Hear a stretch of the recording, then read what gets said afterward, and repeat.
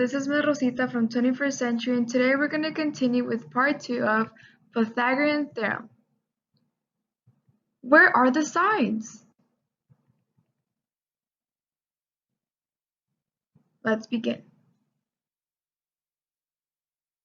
If you watched my first video, part 1 on Pythagorean Theorem, do you remember what does the Pythagorean Theorem say? Ooh, that's very close. So it says that in a right triangle, when both sides are given, we can find the third side. And just as a refresher, if you don't remember the names of the sides, this is side A, side B, and that's the hypotenuse, also known as side C. Now, in the last video, we were focused more on finding the hypotenuse, but in this part 2, we will focus on finding either side A or side B. So how do you find the missing side? So in the last video, it was find the hypotenuse, and the formula that we used was a squared plus b squared equals c squared.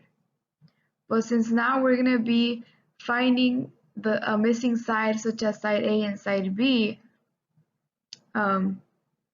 it's gonna be, so we're going to get the original formula, and then we are going to locate which missing angle we're needing. Right now I'm just going to choose side A, and then we are going to subtract the one we're not going to use, and we're going to make a new formula of that, because our focus now is looking for side A rather than side C. So the new formula is going to be, if you're looking for side A, it's going to be c squared minus b squared equals a squared. And so yeah, so we're going to be finding side A for a couple of problems, and then we're going to switch to side B.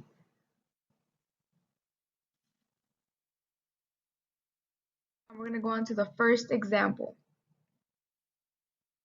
So we're not given side A like in the last video, but we are given side B and side C, also known as the hypotenuse. We're going to get that formula we made to isolate side A, since that's the one we need to find. And now we're going to plug in the numbers. So for side C, that is 5 squared. For side B, that is 4 squared, and that's going to help us find a squared. So then we need to find the number for 5 squared. So that means it's going to be 5 multiplied by 5, which is 25. And then we're going to find for the number for 4 squared, which is going to be by doing 4 multiplied by 4, and that's 16. Do you remember what we do after this step?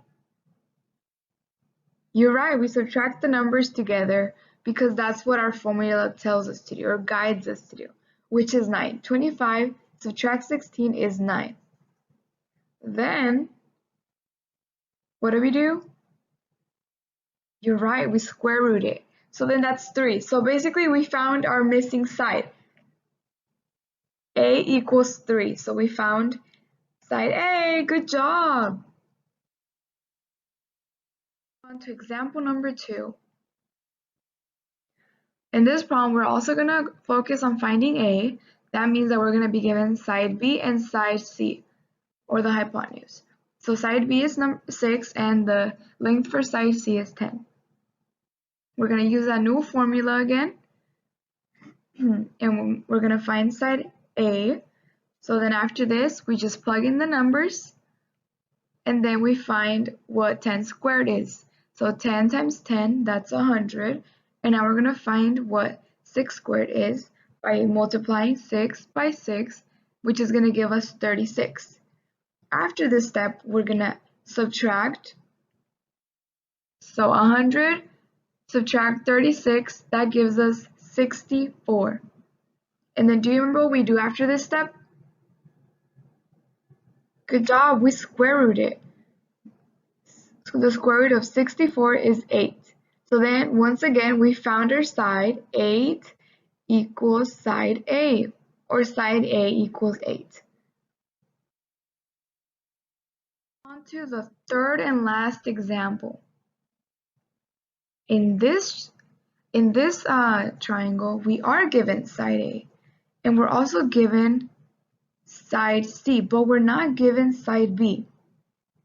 We're just gonna have to change our formula that we made to find side A, change it to find side B.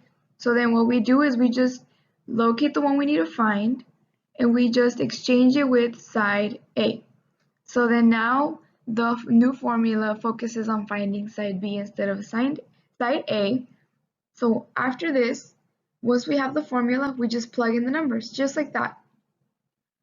Side C, 13 squared, side A, sorry, side A, 5 squared, which is going to help us find side B. So then we need to find what 13 squared is. So then we multiply 13 times 13, which is going to give us 169. And then we're going to find what 5 squared is. So then we're going to do 5 times 5, which is going to give us 25.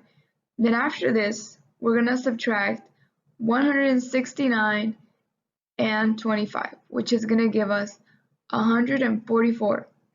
After this, as we did in the previous problems, we're going to square root 144, which is going to give us 12. So then we just now found the missing the missing side once again. So then side B is 12. You're right. Good job. Well done. So you did amazing today. I hope you learned how to find the sides, and I hope you enjoyed this video as well, and I hope you have an amazing, beautiful rest of your day. See you next time.